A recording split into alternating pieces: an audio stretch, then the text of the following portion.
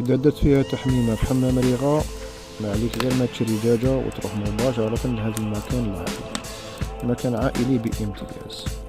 سويسرا الصغرى، حمام ريغا. مرحبا بكم.